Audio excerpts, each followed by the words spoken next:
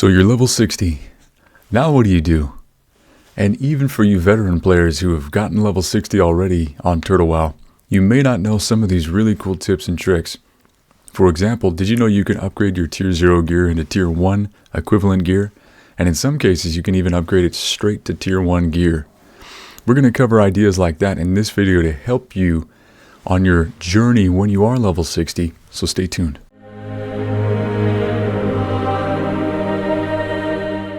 Alright, before we talk tips, before we talk gear, let's talk about the most important part.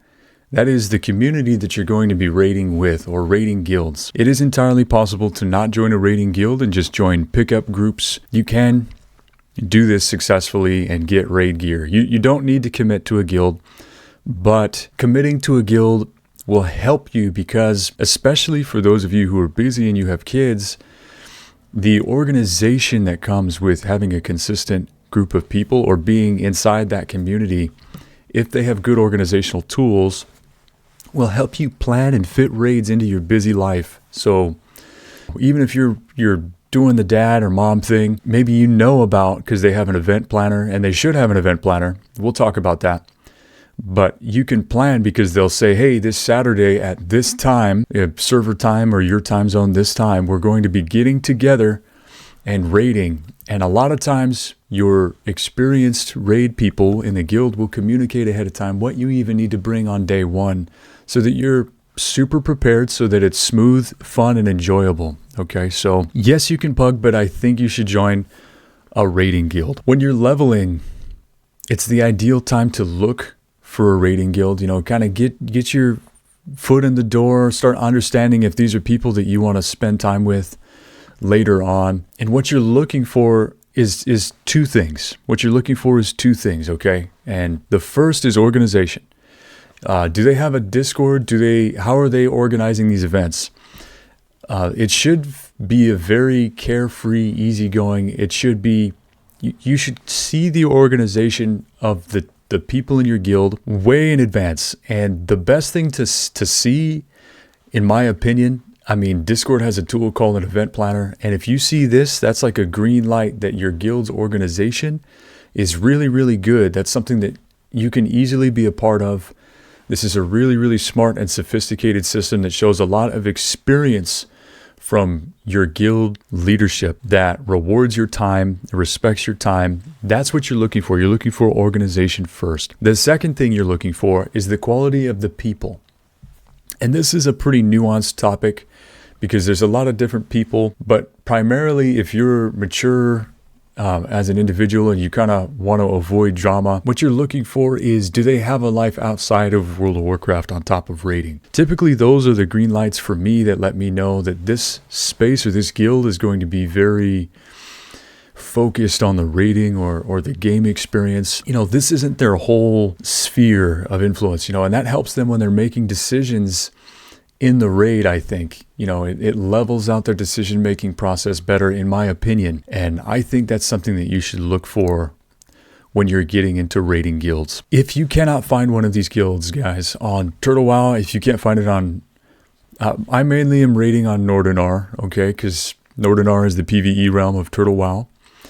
If you cannot find a guild that does this, I am currently a member of Endless, and I would be more than happy to recruit other like-minded or healthy-minded people into the guild.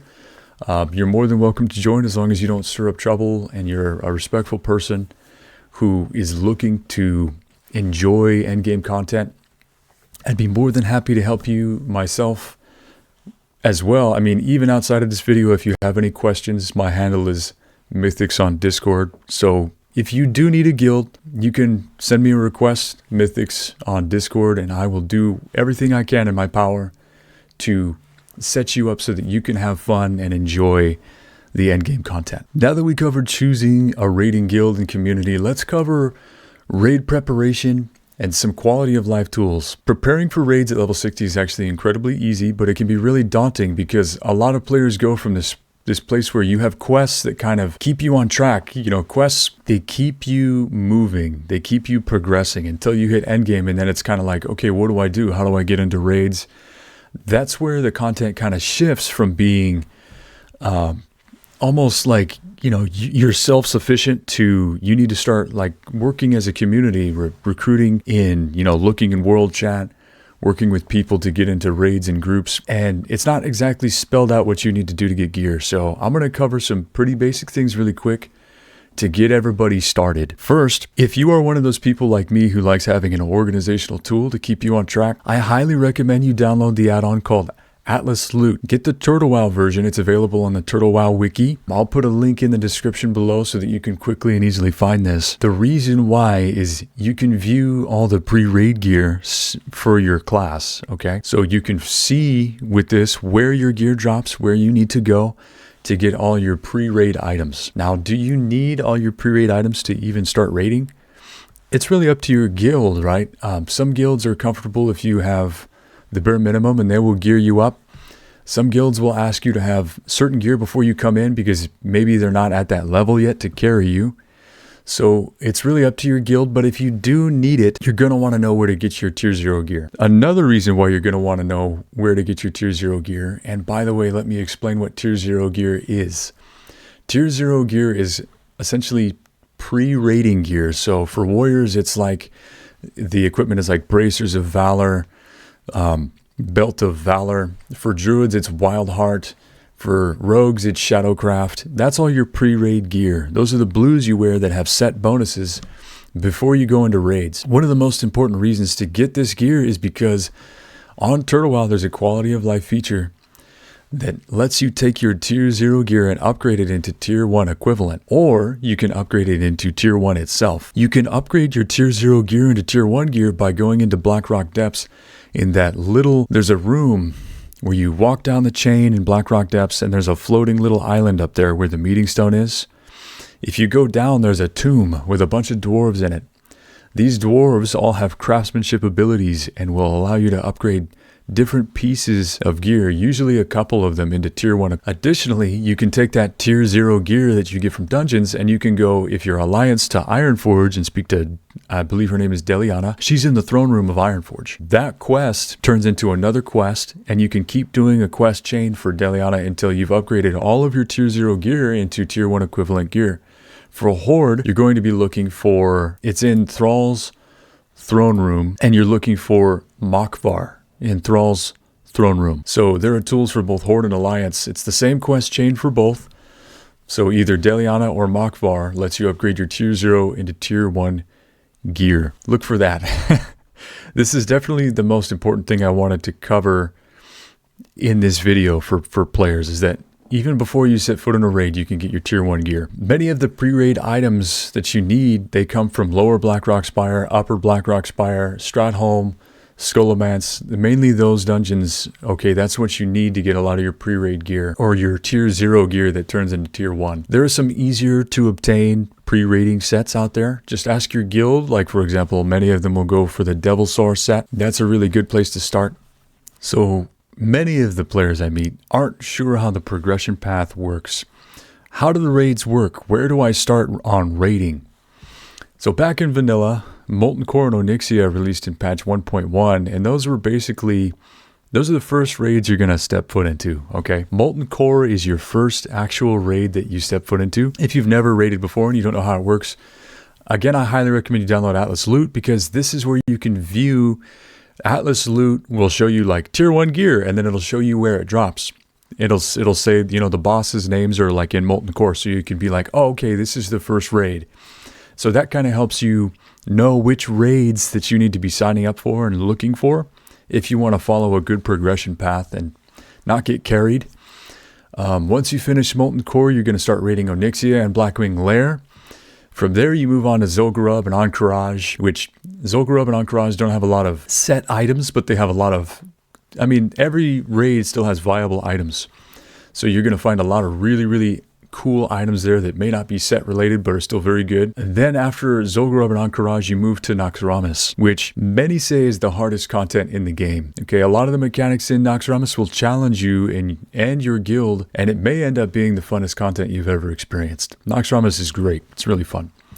Additionally, Turtle Wow has added new raids in the 1.17.2 update, the Tower of Karazhan. So That's where you can go to get tier 3.5 gear when you're ready. I personally haven't even experienced this yet, so I can't really make a lot of comments on it. Still getting there with my guild. I have a couple people that I play with. I have a big group of people I play with, and we kind of do progression together, so we'll get there eventually. But it's important to note for players, if you're just starting raiding and you don't know where to start, when you enter a raid, all the raids require you to do an attunement quest to start, okay? Molten Cores is the easiest. To do the attunement quest for Molten Core, you just go down to Blackrock Depths. You go all the way down to, it's that first dungeon that's like level 52 to 60. There is a quest giver on the way down to that quest. He's a high elf just sitting in a little cutout before Blackrock Depths. He has a quest called Attunement to the Core. So before you even do your tier 1 raiding, you're going to want to do this quest. And I'm not going to show you how to do all the attunement quests. I will give you a link down below to help you easily see how the attunement works for every endgame dungeon and raid so that you can easily find out how to get attuned. But in order to get attuned to Molten Core, you take that quest, Attunement to the Core, you go into Blackrock Depths. It's called a lava run. Basically where Lord Incendius is, you drop down. There's a bunch of lava where he knocks you down. If you actually go down there and survive and go to the end of that path, that's where the core fragment is that wants you to attune to that quest, so check that out. So what should you bring to a raid other than a really good attitude and just kind of staying calm? That's really important. Stay calm, be ready to work with people socially. That's what makes it the most fun and enjoyable experience. But what should you bring to the raid item-wise? Well, most guilds, especially the organized raiding guilds, will have a list of consumables that they want you to bring to a raid ahead of time. For most DPS, this is usually like anywhere from 20 to 80 potions of various kinds. But check with your guild when you join and see if they can post their recommended consumables either in the guild info tab or in a Discord tab somewhere so you can continually reference it. Many guilds have alchemists that they basically conscript and say, hey, are you an alchemist? Are you an alchemist? Do you guys want to make potions for the guild? And then we'll maybe pay you for the potions you make so that it's worth your time. There are people who like doing this. See if there's anything you can do to support your guild alchemists. Sometimes it's just giving them reagents ahead of time so they can make you potions for cheaper than buying them. Or become an alchemist yourself to make it easy. That's always an option. Most raids will require you to complete an attunement quest so you can actually get into the raid. So that's something we talked about earlier. Check with your guild about what you need to do ahead of time. And again, before we move on, the consumables is really important because it's a lifeline for you as a player. They're essentially trying to help you be self-sufficient if something happens to you in the raid so that you have plenty of potions to keep you alive or to give you resistances on certain fights that would otherwise crush the raid. That's why they're asking you to do a consumables list. I know a lot of people probably think that's very try hard and maybe a little annoying, but there's a really good reason why there's a pre-raid list, and it's really not hard to get, especially if you have people in your guild dedicated to making these prior to a run. So you're starting to get raid gear. What do you do with the raid gear if you want to change the specialization this gear is intended for? So earlier in the video, we mentioned that you walk down the chain in Blackrock Depths, and right where that meeting stone is, there's a bunch of dwarves sitting around a gravestone. These dwarves originally let you upgrade your tier 0 into tier 1 gear. If you take your gear here, you can change the specialization out. I've never personally done this. I just know people in my raid group who have done it. I main a warrior, so my gear that I've gotten dropped for me has always worked for me. But all my guild members who have had to change gear, this is where they go to change their gear. And I've asked them many times. They all say the same thing. So when you're ready to change your gear tier from, being a healer to like maybe a feral druid or, one rogue type to another rogue type, you can do so in the Blackrock Depths center spire with all the dwarves who are ghosts around that gravestone. If you have any questions about this, just send me a message on Discord. So in closing, it's my hope this video helps ease you into endgame, and I hope to reiterate that content is accessible for you even if you have a busy life. It's crucial again to look for signs of organization and healthy leadership because those two things are a green flag for accessibility in raiding.